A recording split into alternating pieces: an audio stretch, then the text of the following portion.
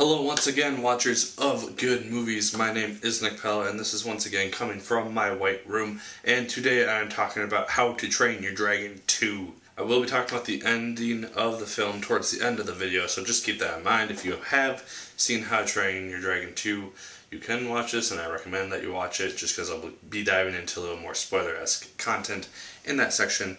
Or if you just don't care about spoilers in general, you can also watch that. It's also just a warning there that will be in there at some point. I'll give a warning when it happens. Now, How to Train Your Dragon 2 is obviously a sequel to How to Train Your Dragon 1, or just the plain title.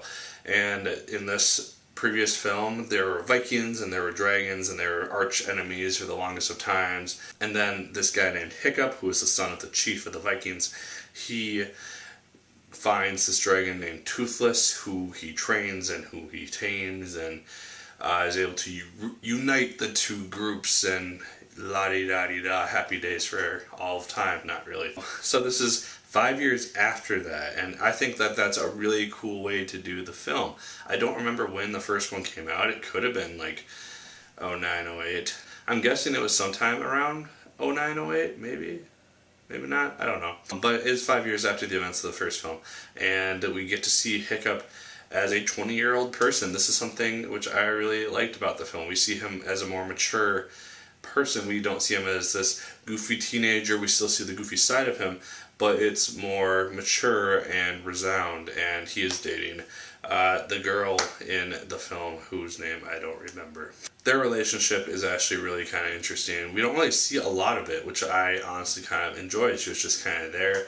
Girlfriend, no drama, no real issues. There is the support, and I honestly was okay with that. The story in this movie is essentially Hiccup is going around trying to discover new lands in his world just because he now has access to the skies, and so he can go and travel and journey and see what's all out there. And this is kind of addressed in the beginning of the film. Upon doing this, he meets someone very close to him, and he discovers a plot with a guy trying to build a dragon army and basically take over the world with said army. And it's actually a really cool idea, and it's a really cool story, and I got really, really into it, much more than I thought I was going to. The plot in and of itself is fairly predictable. There are some twists and turns which I myself did not really see coming. The action scenes in this movie are great. There is a big, huge fight scene, which is essentially a war battle that happens, and it just looks amazing. And we get to see dragons fighting each other, and humans versus other people, and versus dragons, and this whole big show, and it's just really, really neat to see unfold. I really like that. That was probably the highlight of the film for me, honestly.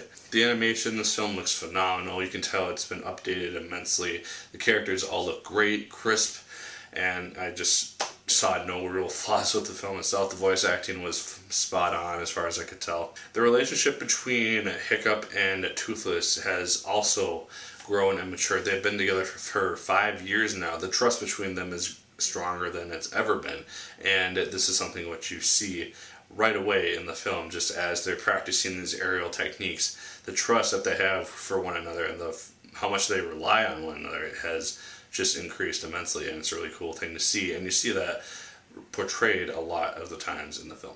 If there's any flaw to this movie, which there's probably not, but I'm just coming up with one to come up with one, it does get a little cheesy at some points just because it is a kids movie. It is not going to show deaths or violent-esque content. It will imply that something happens and then go away from it and then go back once the scene is done and show the dead body or whatever. And so that is maybe my one little flaw, and something that I might have liked to see. I understand why they didn't do it, because it's a PG kids movie, so they are not going to show violent content like that. That's my only real gripe, and the other thing that I really got bugged with. The music in this film is also really, really great. It helps the scenes immensely. There's emotional music that happens, and there's heroic music during that war scene that I talked about, and it just all works really, really nicely. The composer did a great job with it.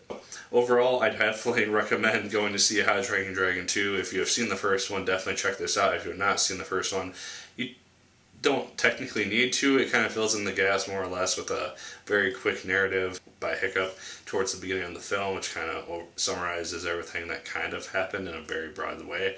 But I would recommend seeing the first one before, just because you kind of fill in gaps, you learn who these people are, and all that type of stuff. That being said, I will be talking about the ending to the film right now, so if you have not seen the ending to How to Train Your Dragon 2, definitely stop watching unless you don't care about spoilers. Like, favorite, comment, and subscribe if you so choose. I'd appreciate it immensely.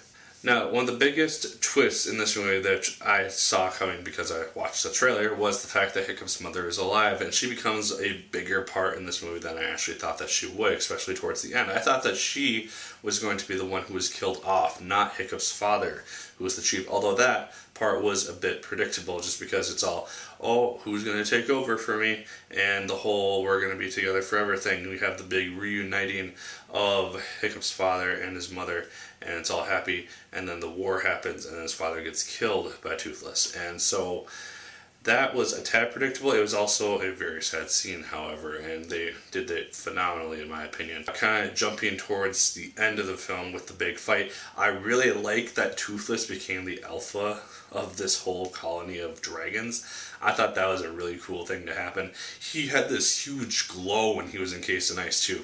That was a really cool thing to see. I don't know where that came from. He evolved as a dragon or something, but I just thought that that was a really cool thing to see. And I like that Hiccup has accepted his role as the chief of the tribe, and I think he'll do fine at it, obviously.